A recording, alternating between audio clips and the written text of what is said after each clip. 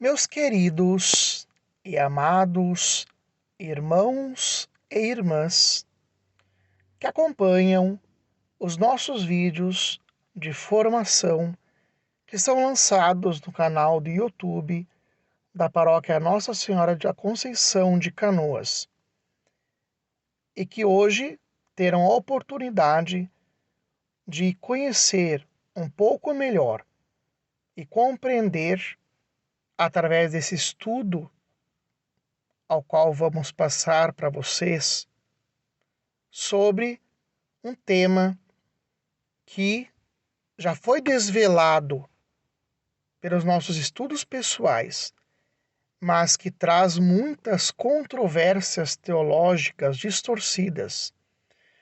A famosa teologia da libertação. Então vamos responder a seguinte pergunta: o que significa o pobre como lugar teológico na teologia da libertação? Podemos também estender este tema com uma outra pergunta: é possível fazer teologia a partir da realidade do pobre? Pois bem, meus amados, vamos aprofundar este tema. Quando se fala de teologia da libertação e do pobre na sua teologia, lembramos da afirmação: opção preferencial pelos pobres.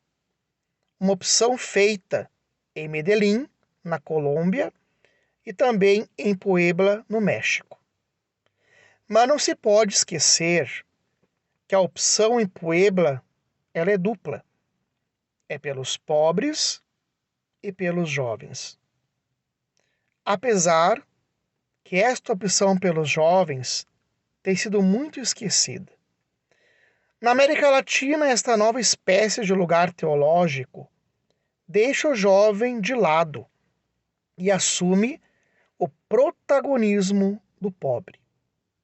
Como fundamento bíblico, a teologia da libertação recorre amplamente ao livro do Êxodo, da libertação do povo de Israel da escravidão do Egito, tirando todo o seu caráter sobrenatural e o reduzindo apenas a um caráter natural, ou seja, uma libertação de natureza social e política.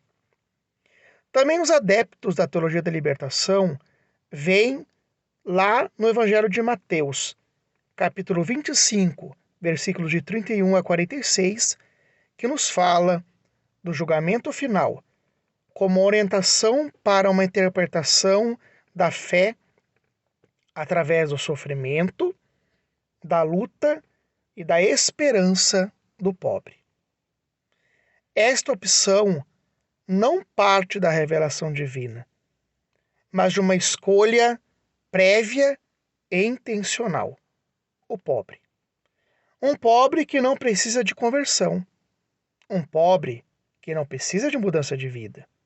Um pobre que não precisa almejar as coisas eternas, mas apenas um pobre que precisa lutar pela injustiça, o pecado socioestrutural, assim sendo, uma luta de classes, próprio da ideologia marxista. Um dos grandes expoentes da teologia da libertação, o teólogo João Sobrinho, dizia: o amor consiste na opção pelos pobres, isto é, uma opção pela luta de classes. Vemos que um grande problema que surge disto é que Deus deixa de ser o centro da teologia da libertação e o pobre e a luta revolucionária tomam o seu lugar. A praxis revolucionária. O pobre ainda continua sendo o lugar teológico da teologia da libertação, mas ela, que é mutante mutantes, muda conforme o tempo, já tem assumido outras opções: as minorias, o ecologismo, o ecofeminismo. o cardeal Joseph Ratzinger, então prefeito para a Sagrada Doutrina da Fé, assim dizia sobre a teologia da libertação. A gravidade da teologia da libertação não é avaliada de modo suficiente. Não entra em nenhum esquema de heresia até hoje existente. É a subversão radical do cristianismo, que torna urgente o problema do que se possa e se deve fazer frente a ela. Já o Papa São Paulo VI, na sua exortação apostólica Evangelii Nuntiandi, explicou o que é a verdadeira libertação. Acerca da libertação que a evangelização anuncia e se esforça por atuar, é necessário dizer antes o seguinte: ela não pode ser limitada à simples e restrita dimensão econômica, política, social e cultural, mas deve ter em vista o homem todo, integralmente com todas as suas dimensões, incluindo a sua abertura para o absoluto, mesmo o absoluto de Deus.